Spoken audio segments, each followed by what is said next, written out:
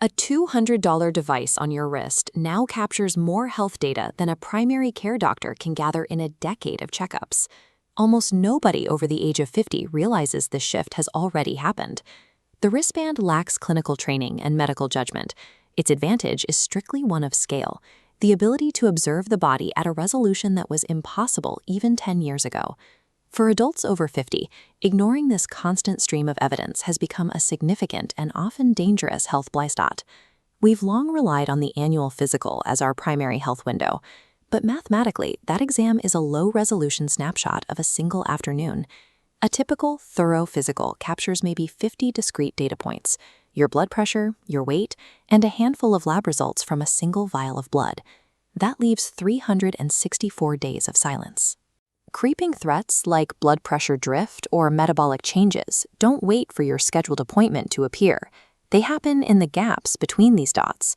This traditional model contains a year-long vacuum of data, leaving you and your doctor to guess what happened during the other 8,000 hours. Consumer wearables have replaced the annual snapshot with a continuous, high-definition stream of information. The difference in scale is staggering. While the clinic collects 50 points a year, a wearable device captures 400,000 data points every 24 hours. That stream tracks heart rate variability, oxygen saturation, sleep stages, and recovery metrics. It never stops watching. This is a different scale of observation entirely.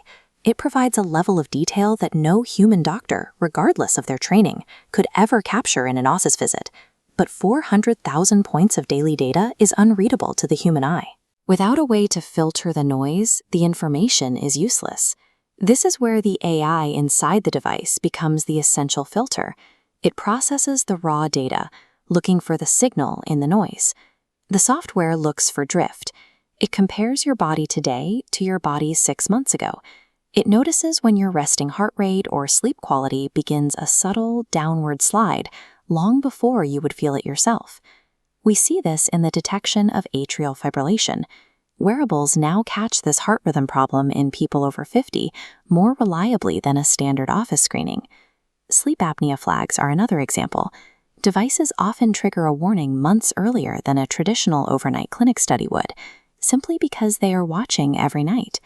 By processing this data in real time, the wearable has become the first layer of modern medical triage, identifying problems while they are still small and manageable. While tech companies often market to 20-somethings, adults over 50 are the true beneficiaries of this technology.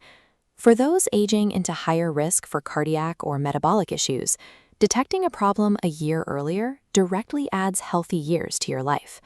This isn't a hypothetical benefit, it is a measurable one. The relationship is straightforward. The wearable acts as the early warning system.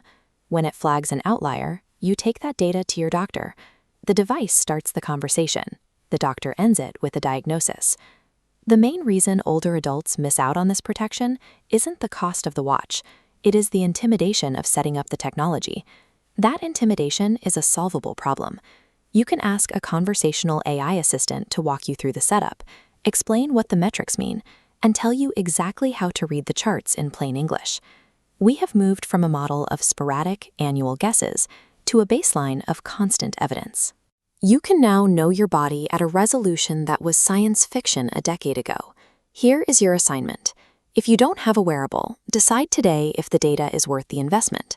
If you do have one, open the app and read last week's patterns. Not a glance, a real look. Look for one pattern you hadn't noticed before. When you view your health at this scale,